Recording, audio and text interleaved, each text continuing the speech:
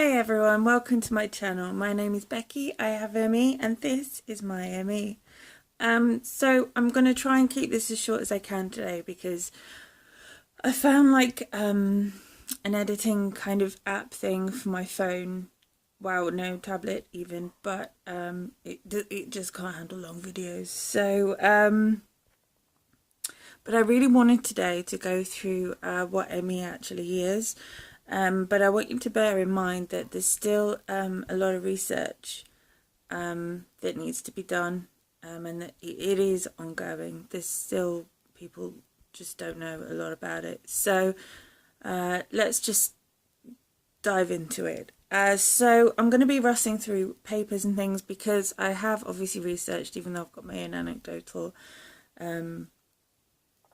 evidence, but I wanted to get this right, so you'll hear me shuffling through papers and things just to make sure that I've said everything that I wanted to say and I'm getting things right.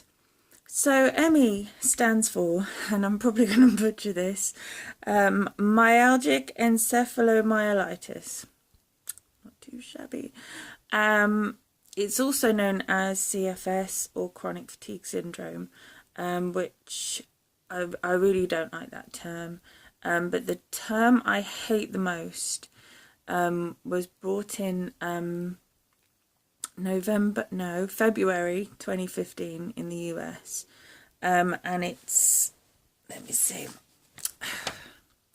SEID, which is systematic exertion intolerance disease.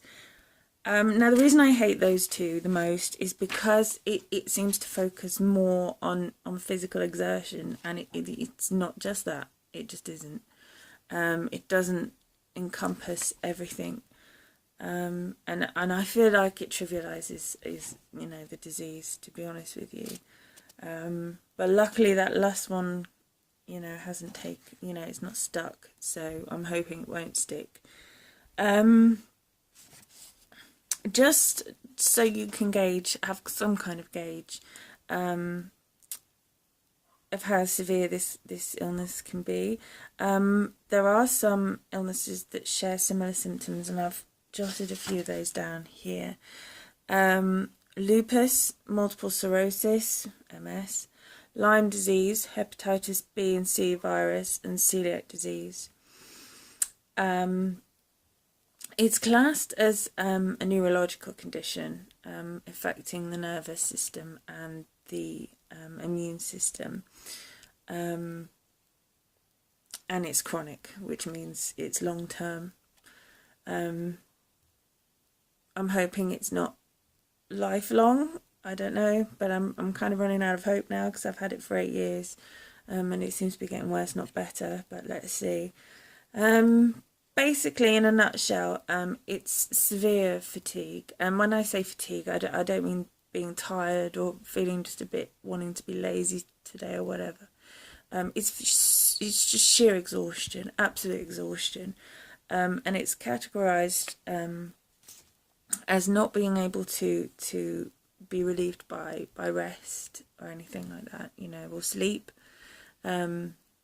You can sleep as long as you like, you're still going to wake up absolutely feeling exhausted. And this exhaustion and exacerbates all the different symptoms when you, not just through physical exertion, but actually through mental exertion. And I've actually found also when you get emotional, really emotionally stressed, things like that. It does affect everyone differently, just like any other chronic illness, really. But the rough statistics are that around 25%, excuse me, around 25% of sufferers are severely affected. And by that I mean bedbound and housebound. And it's estimated to affect 17 million people worldwide and 250,000 in the UK alone. Although the Department of Health does recognise it as an actual medical illness, we've still got a long way to go to educate not just normal people, but medical professionals too. You know, doctors, I was told not so long back by a doctor to do some exercise. Well, you know, it's actually been shown that that makes things worse, not better. So, you know, he's giving me wrong advice right there, and it's a good job I know, because I looked into it. There's no definitive tests yet. It's just basically a process of elimination, making sure that you don't have things like MS, sorry, and lupus and things like that. But the guidelines apparently set out by the CDC are actually quite strict for diagnosis, which has led campaigners to feel like sufferers are missing out on support. But let's jump into the symptoms, and I hope you're ready for this, because there's a lot. Alright, so there are flu-like symptoms: sore throat, swollen glands, widespread pains and aches, nerve pains, pins and needles, headaches and migraines, muscle cramps, twitching, stomach pains, bowel problems, chest pains, and the chest pains. I can't remember. There's a name for it, where it affects the muscles around the heart and stuff, and the ribs. It feels like you're having a heart attack. The first time I ever felt it, I thought I was gonna have a heart attack. Sleep disturbances, sleep reversal, which is what I'm going through right now, which is where you can sleep kind of from 4 a.m. till like noon. Hypersomnia, which is sleeping for a long time. I've slept once for 2 days straight while I was during a flare-up. I didn't feel any better.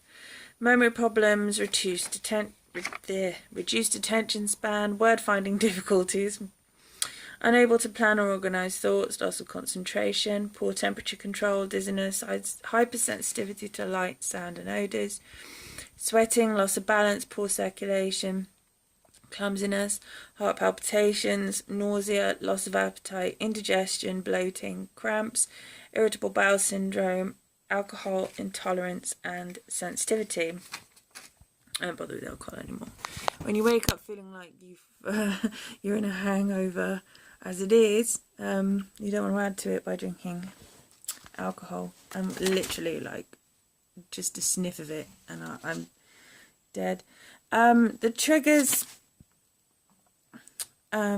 infections mainly. Mine was an inner infection called labyrinthitis, but some have said car accidents, operations, even pregnancy. And there are some that say things like vaccinations and pesticides can cause it, but honestly I don't put much stock in that, to be fair.